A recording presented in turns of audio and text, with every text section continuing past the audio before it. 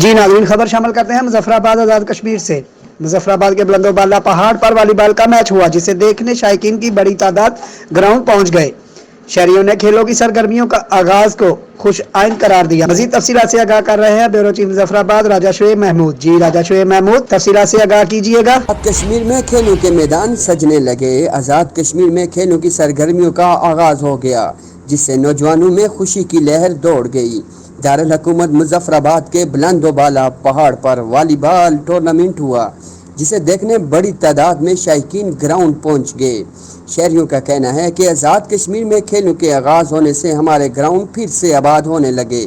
हुकूमत को चाहिए कि वो खेलों की सरगर्मियों में भी अपनी सरपरस्ती करे, ताकि नौजवान इंटरनेशनल सतह पर भी अपने मुल्क का नाम रोशन कर सकें। राजा शुएब महमूद, 29 न्यूज़, मुजफ्फराबाद, आज़ाद कश्मीर।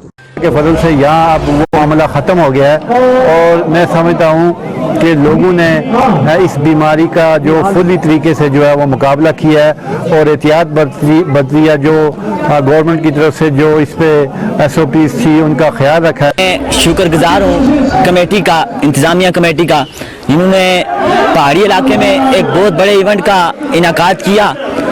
उसके बाद साथ साथ मैं आपको बताता चलूँ कि जैसा कि हम सबको मालूम है कि जहाँ खेलों के मैदान आबाद होते हैं वहाँ अस्पताल वीरान होते हैं।